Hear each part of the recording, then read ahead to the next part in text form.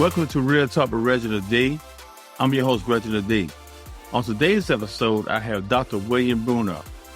Dr. Bruno is a board-certified plastic surgeon in Beverly Hills, California, and also a wellness and longevity practitioner who believes that your health is not accidental, it's intentional. Today's conversation is not just about health. It's about how long you're going to be here and how well you're going to live while you're here. Welcome to the show, Dr. Bruno. Oh, thanks for having me, Reginald. Happy to be here. Absolutely. Thank you so much, sir. So, Dr. Bruno, can you tell us a little bit about your life and how you grew up as a child? Yeah, I was diagnosed with juvenile rheumatoid arthritis at a young age. I was around 4 years old. So I was in and out of hospitals a lot, which actually led me to become a physician. There was no physicians in my family, but I spent so much time around doctors in hospitals that instead of fearing it, I was drawn to it. And that's what made me want to become, a physician. And then as I went along in my training, I really enjoyed the artistry and problem solving that plastic surgery had to offer. We're operating on men and women, young and old, head to toe. And I mentioned I went to Duke University for my plastic surgery training. And then when I finished there, I moved out to Southern California, mainly for the weather. And now I'm, mostly doing aesthetic procedures, but also developed a real interest and passion for wellness and longevity. Because about 8 or 9 years ago, I found out I had high cholesterol, which led to a series of tests where I found out I had coronary artery disease on a test called the calcium scan. And that really led me to change a lot about my lifestyle, to improve my nutrition and exercise and sleep, and really make big improvements in lifestyle, which is something we're not really taught in traditional medical school here in America, and the power that we each have to affect our health and affect, our longevity. So that's what sort of drew me to, wellness and longevity. So I'm a practicing plastic surgeon, but I do coaching in longevity. I created a digital course on it, aging and how to create your own longevity blueprint and so on. So that's a little background on me. So when you talk about lifestyle as it relates to longevity, what are the biggest daily habits you see that shortens people's lives without them even realizing it? I would say first and foremost is the food decisions that we make each day. I think most people, certainly in the United States, we've become one of the unhealthiest countries, one of the more overweight or obese countries in the world, and a lot of metabolic health. And by that, I mean, type 2 diabetes has become rampant, especially in the teenage population as well as adults. So I think, the choices we make, like most people are eating ultra processed foods. And I think one change all of us can do is try to eat more whole foods. And without getting into, what's the best diet, because people always like to have passionate, opinions about that. I think it's really about eating whole foods that are minimally processed, organic if you can get them, with the least amount of pesticides and so on. And also maybe trying to optimize the amount of fiber we're eating. Most Americans should probably be shooting for about 30 grams of fiber, but only like 2% of the population's getting that. And then also trying to emphasize protein. The U.S. guideline pyramid was just revised a couple months ago, and that came out really stating that we almost need to double the amount of protein intake compared to the previous food recommendations, which quite honestly, it's about time they finally caught up and having a more protein-centric diet, whether you want to do that with meat, eggs, beans, tofu, however you do it. It's important as we age because, the amount of muscle mass we have on our body is really important for our longevity, giving us strength as we get older. So back to your question, I would say nutrition, those choices we make, and then movement, exercise, let's say as a category. Most people are sedentary. They're not getting enough steps. Even if you start with walking and try to build your way up to maybe 6, 7, 8, 9,000 steps a day is a good starting point. On top of that, maybe try to do a couple, maybe 2 resistance training sessions a week. And this goes for people young and old. I think, again, back to the muscle mass component, the more muscle you have, the longer you will live. And they've shown this in many studies. It's correlated to grip strength. The stronger your grip, which is a proxy for overall body strength, the longer someone will live. And also the more muscle you have on your body also helps you to stay independent as you age, but it also helps regulate your blood sugars, regulate your metabolism. It's not just for the aesthetics of looking good. It truly matters. And also, let's not neglect cardio. I think getting a certain amount of cardio, the recommendation is about 150 minutes a week. which is like 2.5 hours of low intensity cardio a week. And I'd say the third sort of pillar, if you will, would be sleep. Most people aren't optimizing sleep. They're not getting enough sleep. They're eating too close to bedtime. They're on screens. They're watching TV late at night. They're on their computers. And that's really harming the sleep, because it's in our sleep where the real healing happens. That's where, fat burning happens. That's where muscle building happens. That's where brain detoxification happens. So if we could really try to get 7 to 8 hours of sleep and really be consistent with your bedtime and your wake time, that's probably the most important habit. Other things like sleeping in a cold, dark, quiet room, a lot of us know that, but really being consistent, even on the weekends, trying to get up and go to bed at the same time. So those I would just categorize probably as the base of what we can be doing in our lifestyle as far as food choices, or let's call that nutrition, exercise, and sleep as the basis. Yeah, let's talk about that for a second. Because a lot of people feel overwhelmed when they hear eat better, exercise more, manage stress. What are the first simple changes that actually make the biggest impact on long-term health? I would say if you go back to the nutrition component is when you're grocery shopping, for example, what you bring into the home, making those better decisions, the whole foods. Try not to get the foods that are packaged in a bag or in a box. And, if you could try to eat most of your meals at home versus takeout or ordering out, you can control those ingredients. You can control how the food is prepared. There's a lot of talk nowadays about seed oils and minimizing a lot of these vegetable oils, which quite honestly, that's used most of the time when you go out to dinner. But if you could try to eat, like, let's say 80% of your meals at home, 80% of your meals having good choices, you'll see that alone will make you feel more full. If you're eating high protein, high fiber, as much organic as you can, and you're preparing the foods, that's going to eliminate a lot of the ultra processed foods. And the ultra processed foods like the chips and the cookies and so on, they contain so many chemicals and they contain so much salt,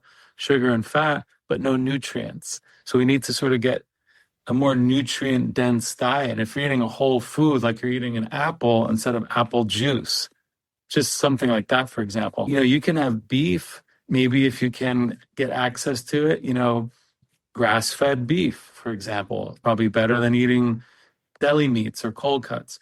So just, I think, changing the environment of your home. So what are the kind of foods that you're going to allow into your kitchen or into your pantry? That would be like a first good step, and try not to eat out as much. As far as the movement, I'd say start with steps. And one thing is, do you have any idea how many steps you're taking? We have all these wearables and even on our iPhone. I myself was really unaware of this till about 3 years ago. And I looked and I was getting like 2,500 steps a day, which is horrible. It's considered sedentary if you're under 4,000. And I realized I was either in surgery or in the office seeing patients.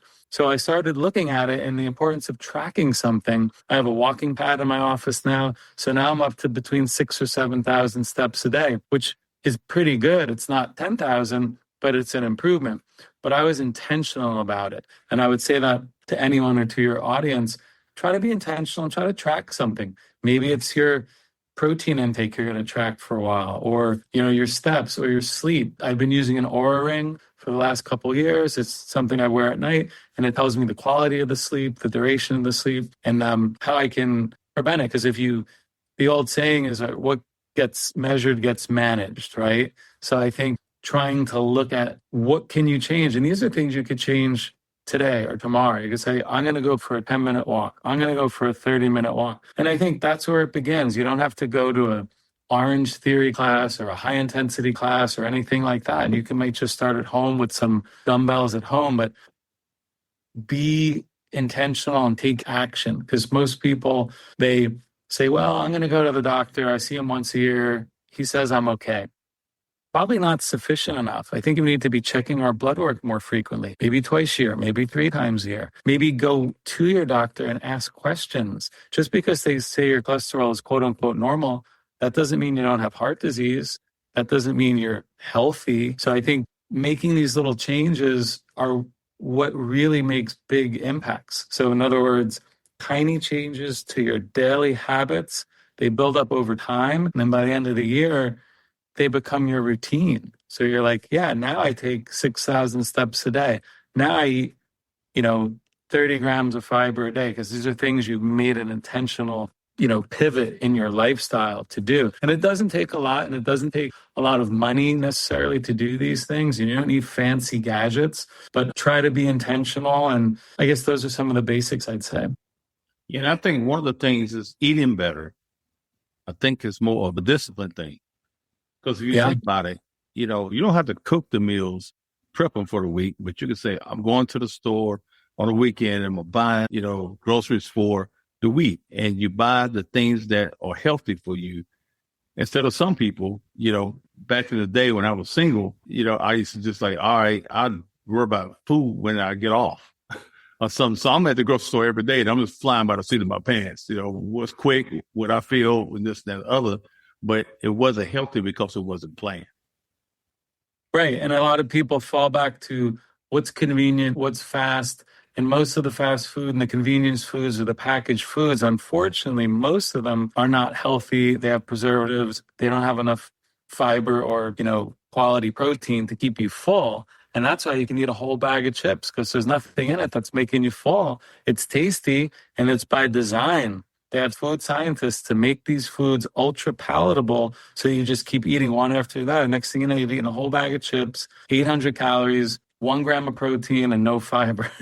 And these are the things, if you'd never had that bag of chips in your house, it wouldn't have happened. So there's small incremental changes that I think we can all try to make. You're either, every food decision you make pushes you towards health or it pushes you towards disease. And, I hate to be black and white about that, but it's kind of true. Yeah, absolutely. And you talk about those chips, one of them have what? You can't eat just one. Exactly. So ladies say, right? That's it, exactly right. And that's by design. It's not a coincidence. They want you to keep eating. Unfortunately, those food companies, all they care about is profit. They don't care about us as consumers. They just want to keep increasing their revenue, whether it's soda or chips or cookies or fast food chains or, whatever. Right. Right. So, Dr. Bruno, let's talk about this. You tapped on it for a minute there. What are the most important medical tests or screenings people should be asking their primary care doctor about? But often they don't do it. Yeah. And, going back to my personal experience, at the time I was 49 years old when I requested this test. It's called a calcium scan. And basically it's a CAT scan of your heart. And it can tell you if you have calcifications in the blood vessels that feed your heart. And you're supposed to have 0, like a calcium score of 0 is normal. And at the time, my score was like 400, which led me to another test, which is called a CT angiogram, where they inject dye into you and then they do that same CAT scan. It gives you a better image of the blood vessels. But the reason I focus on these heart tests is heart disease is the #1 killer of men and women in the United States and in the world. So you have to think, well, what's going to kill me? Statistically, heart disease. So I would think about asking your doctor, if you're like over 40, I would say for sure, certainly over 45 or 50, for a calcium scan, which is a CAT scan of the heart. It might not be covered by insurance, but the cost is maybe $200, and it's a very valuable test. If it's positive, then it would lead to you maybe getting a CT angiogram, which is basically that CAT scan with dye. And now they use AI superimposed over it, and it can give you a really good image of what's going on inside the blood vessels. I've had that test done twice, and it really tells me where the blockages are. And then through lifestyle changes, or if you need medication to lower your cholesterol, you can improve these things, and you can repeat the test several years later and see changes in it. But I'd begin there because heart disease is our #1 killer. So those are tests to talk to your doctor about. And the #2 killer in the United States and in the world, for that matter, is cancer. Now, cancer, one way to look at this is, how do we screen for it? In addition to doing your colonoscopies and, prostate exams and pap smears and things like that, mammograms, you want to say, well, what can I do beyond this? And I'd say anyone over the age of 50, and this we know is at a higher risk of cancer, is age. So what do we do if we're over 50? You can get a full body MRI. That's a test. Unfortunately, it's not covered by insurance. It might cost $2,000, but it'll tell you if you have a tumor anywhere or an aneurysm or something in your brain or your abdomen or your chest at an early stage where it can be treated. And then from a blood test standpoint, there's a company called Gallery, and they have a blood test, and it tests for over 50 different types of cancers that aren't routinely screened for. In other words, just because you have a colonoscopy and a prostate exam and your mammogram, that doesn't mean you don't have cancer, let's say, of your pancreas or your liver or your gallbladder. So there are blood tests out there with very high degrees of accuracy that you can get to screen for those. And again, these are not covered by insurance. They might cost $800 or $900, but these are worth having conversations with your primary care doctor about, because, if I can rule out the number one and number two causes of death, that's pretty good. That improves my chances of longevity, right? How long are we going to live? So you can keep implementing all these lifestyle changes of, decreasing stress, improving your sleep and exercise and eating. But from a testing standpoint, I would start there, in addition to maybe some expanded blood panels, because a lot of times you go to your doctor and they say, oh, your cholesterol is fine. There are special types of cholesterol tests that'll tell you the size of the particles, how many LDL particles you have. Are they big? Are they small? So just beyond just the regular, LDL, bad cholesterol, HDL, good, and total cholesterol. And then finally, I'd say maybe metabolic disease. I think a lot more people are testing for hemoglobin A1C. With the popularity of Ozempic and Wegovy, you see these commercials like, I lowered my A1C. Yeah, you can do that with lifestyle. You don't necessarily need to have a weight loss injection, but that's a blood test that's gaining popularity. And also just testing your fasting insulin, because sometimes most doctors, they just check glucose, but your glucose can be stable for decades, but it's your resting fasting insulin that should be looked at, because that is high in a lot of people, but it goes undetected for years and years. So those are just some basic tests I would, inquire with your primary care doctor about. And, I think it's important to work with your doctor and bring a lot of questions and information to the doctor. And, if you're not getting the answers or the assistance that you need, sometimes you have to look at maybe finding an integrative medicine doctor or a functional medicine doctor or a lifestyle medicine doctor. These are physicians that they get to the root cause of disease instead of just treating the symptoms. Like, I'm trained in Western, traditional medicine, and yeah, we just treated symptoms. That's why we learn all these pharmaceuticals, because the pharmaceutical companies, quite frankly, they run a lot of the curriculum in the medical schools in the United States. So we don't really get at the cause. So I guess I would urge anyone or your audience, try to be more proactive, because the United States healthcare system, it's reactive. It's just when it's too late, like you have a disease, okay, here's a pill or here's an injection to help with it. But they never really got to what caused it. Like, what can I do to reverse a certain disease? Like type 2 diabetes is a lifestyle disease, really, and it's totally treatable. Yeah, absolutely. It is. I've seen so many people who reversed it when they got it. So let me ask you this, because I've talked with so many people. I know a lot of friends.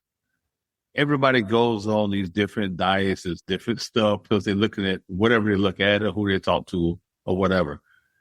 So let's talk about fasting. How do you feel about fasting? And when should you fast? I think there's a lot of positive literature on intermittent fasting and so-called time-restricted eating. I think it's great. I myself do it. I've been doing it for years. And I think you have to think about, what are your goals? And it's a tool like, anything else. I would say not everyone has to fast, but if you could think about your eating window, like, for example, if you say, I'm going to only eat for 8 hours, maybe I'm going to eat from 10 in the morning to 6 at night, then I'm going to fast for the other 16 hours. I think that's a great strategy, because now you're eating in accordance with your body's circadian rhythm. You're eating when it's light out, you stop eating when it's dark out. And the body responds to that very well. So if you want to optimize your body composition, meaning you want to lose fat, build muscle, that's a good strategy to employ. And then some people would even benefit from maybe once a week or once a month doing a 24-hour fast, where you eat nothing, like from dinner on Monday night, then you eat dinner Tuesday night. Now you have water in between, and I would certainly recommend water and electrolytes. Some people are doing 2 or 3 day fasts. I think those you might want to consult with a physician, certainly before doing a fast of that length. But to do daily, so-called 16-8, where you fast for 16 and eat for 8, I think that's great, because I think what has contributed to the country being overweight and unhealthy and metabolically, diseased is we're just snacking too much. Constant snacking, constant eating. We eat from the moment we wake up, we eat dinner, and then people have a late night snack before they go to bed. That destroys your sleep. And then in your sleep, they've done studies on this. You're going to gain more body fat because you're eating too close to bedtime. Because every time we eat, even if it's something healthy, say you have an apple, well, that increases our blood sugar, which increases our insulin. Insulin in the bloodstream sends a signal to the body to store fat. Now, if you eat, they say the average American eats like 11 to 14 times a day. And when I say eat, it's like anything. It could be a bag of chips or whatever. If we could just eat like, say, 3 or 4 times a day, actual meals, you would decrease all these, peaks and valleys of blood sugar going up and coming down, insulin going up and coming down. So yeah, to your question, I think fasting is a great tool. It's not for everyone. And they say, it's not strongly recommended to maybe postmenopausal women to do it because it's very taxing to the body. But I'd say for the general population, eating in a shorter window, whether that's 8 hours or 10 hours, is relatively healthy. And I would do that in accordance with the daylight. A lot of people like to skip breakfast. Not bad, but you think about it, if you could skip dinner, that's probably even a better strategy. Have a nice breakfast, maybe a nice lunch, and no dinner or a small dinner. That's probably more in line with all our ancestors. It's like, when it gets dark out, no one was eating at 9 at night because there was no light, really. So yeah, I think fasting is a great strategy and most people can benefit from it. Awesome. So Dr. Bruno, what myths about aging and health do you wish people would stop believing? I think a lot of people think, well, it's too late for me to, start a diet program or exercise program. I think some people think, well, I'm just going to, as I get older, I'm going to become, dependent on people. I'm going to have to go to a nursing home and I'm going to have to live my remaining years, 5, 10 years in a nursing home, let's say bedridden. And it's totally untrue. And I think that in America, the pattern seems to be most people are relatively healthy till their early 60s. And then the last 15 years, let's say, of their life, they are sick, they are ill, they might be bedridden, they might be in a nursing home. And then let's say they die in their late 70s. That's a very typical lifespan in America. But I think what we want to try to do to break out of this myth is say, you can get healthy, even starting in your 50s, if you have a good lifestyle and some of the things we mentioned before, like better nutrition, exercise, sleep, you can actually add 14 to 15 years of good quality life years to your life. So it's not just what can we do to live longer? That's lifespan. We want to do what can we do to live better, which is our health span. And you'd like for your health span to be as long as your lifespan. Like you'd like to live to be 95 and die in your sleep, let's say, versus, living to be 95, but having the last 15 or 20 years being poor quality where you can't walk around, you can't move. And that's why if you start doing things, even if it's in your 40s, 50s, or 60s, like exercise or weight training, you can make big impacts in your life. You can change your diet. You can start eating more whole foods and you can start to control and maybe even reverse certain disease states. So I guess one myth is, well, it's just my genetics, or my mom died of this, or my dad died of this. That's not true. You have a lot of control over your health. The genetics might only be like a 20% contributing factor. So you think about it, 80% of how long or how well you'll live is directly under your control. And that's lifestyle, not smoking, not drinking so much, controlling your environment, toxins in the air, pollution. What are the foods you're eating, the movement you're doing, the sleep you're getting? So I think that's the biggest myth is we're not at the mercy of our genetics. I'm glad you said that because I hear people say a lot of times, my father passed away when he was 50-something years old, and I don't think I have that much longer to live. My grandfather passed away when he was 50-something, and my dad, it's like, I'm like, dude, really? And it's like they look at it as a genetic thing.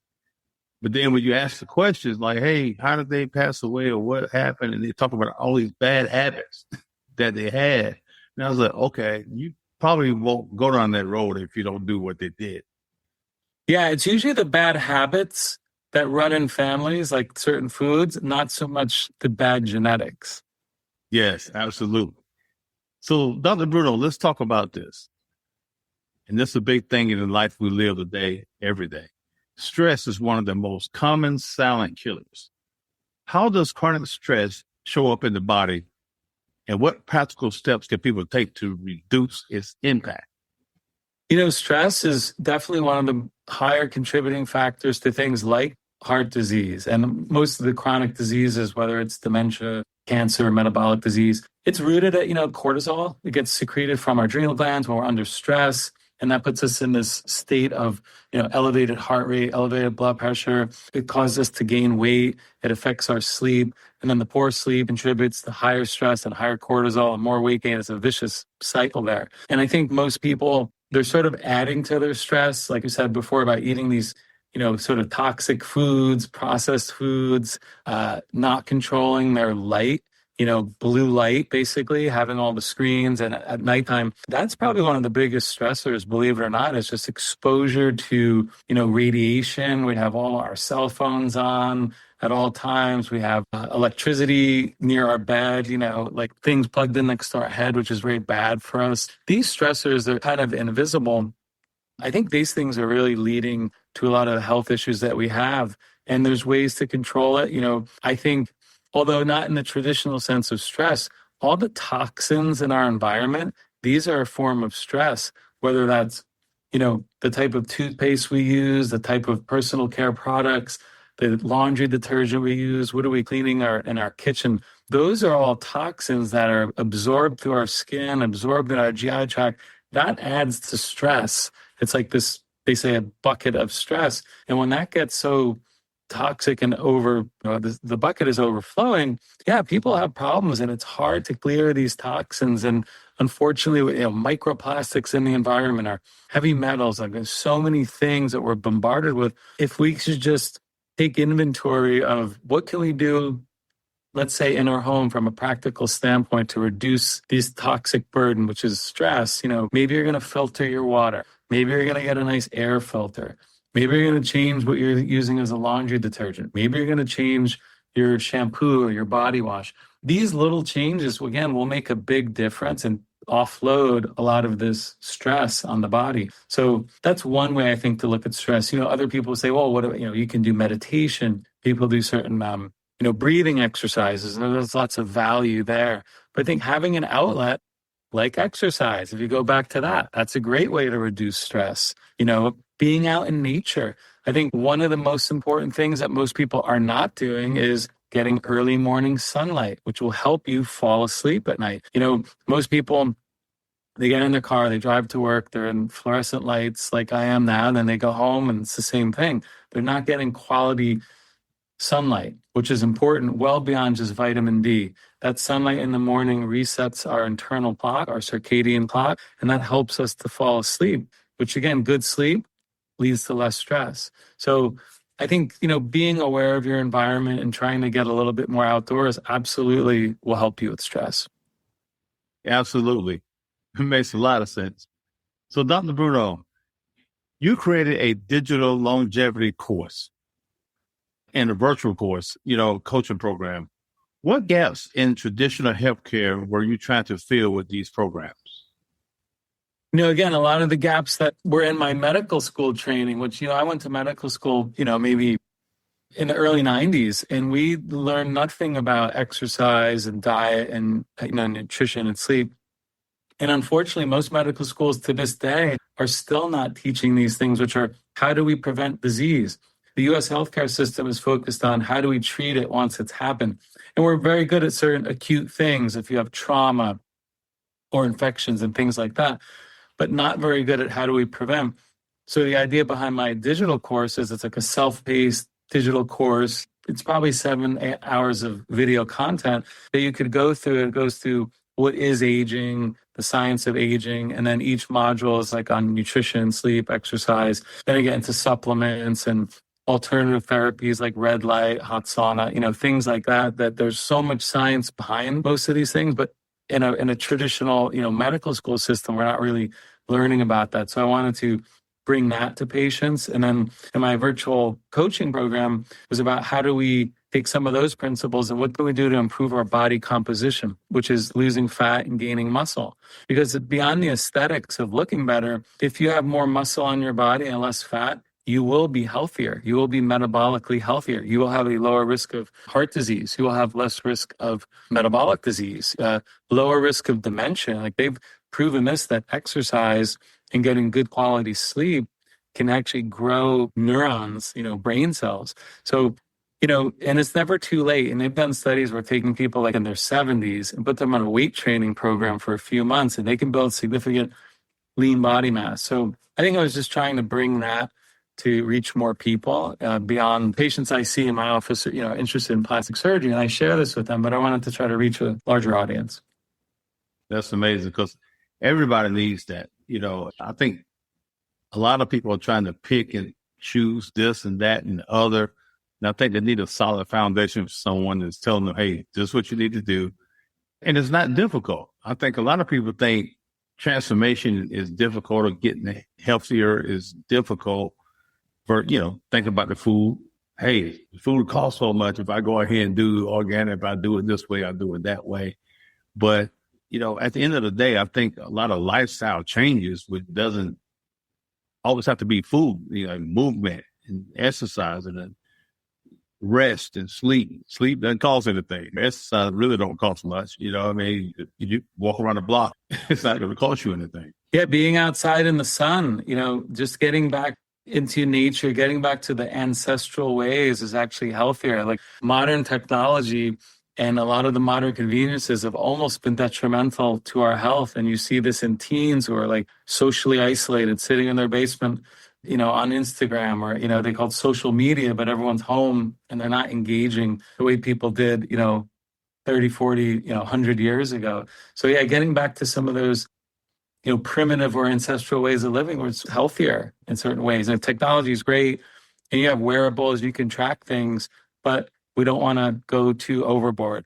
And I think, just pick one thing. If there's one thing you say, hey, I'm going to eat more protein, or I'm going to take more steps, or I'm going to really, go to bed at 10 o'clock, or I'm not going to stay up till midnight watching Netflix. One decision and just add to that every week or every month. And again, these things aren't necessarily costly. So Dr. Bruno, let me ask you this. For someone who feels like they've already messed up their health, is it ever too late to turn things around? What does recovery actually look like to you? I don't think it's ever too late, really. I think whether it's changing, what you're eating, you're changing, movement, I don't think it's ever too late. I mean, unless someone has a terminal cancer, something, beyond that.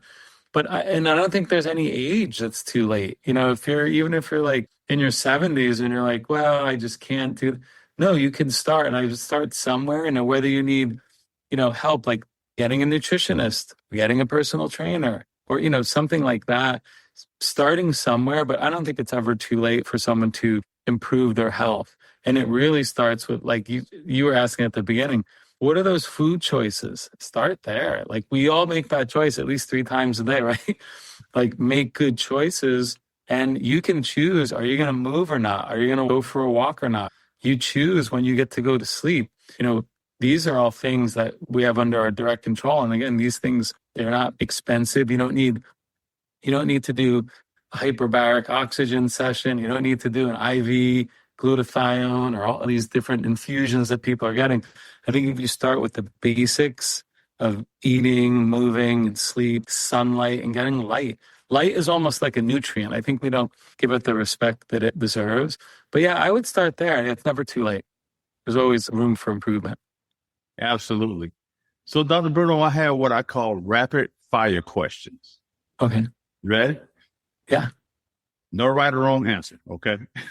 Okay. What is one daily habit you believe has the biggest impact on longevity? One daily habit, morning sunlight. One lab test you think every adult should know their numbers for? Apolipoprotein B, also known as ApoB. It's the amount of bad cholesterol that you have. Okay. A lifestyle choice that ages people faster than genetics. Smoking. All right. So one wellness myth that needs to be retired immediately. I would say that what you mentioned earlier, that we are victims of our genetics, and we are not. A lot of people think that, and they just can't get out of their own way. Absolutely. Now, what's one silent warning sign your body gives you before real disease shows up? A silent warning sign. I think what most people suffer from, they'll have generalized fatigue. And this could be, there's so many things, whether it's high cortisol, high blood sugars, high blood pressure, that they don't know. And again, if they're not seeing their doctor, people are just guessing. They're just like, I feel okay, but your blood pressure is like 160 over 100.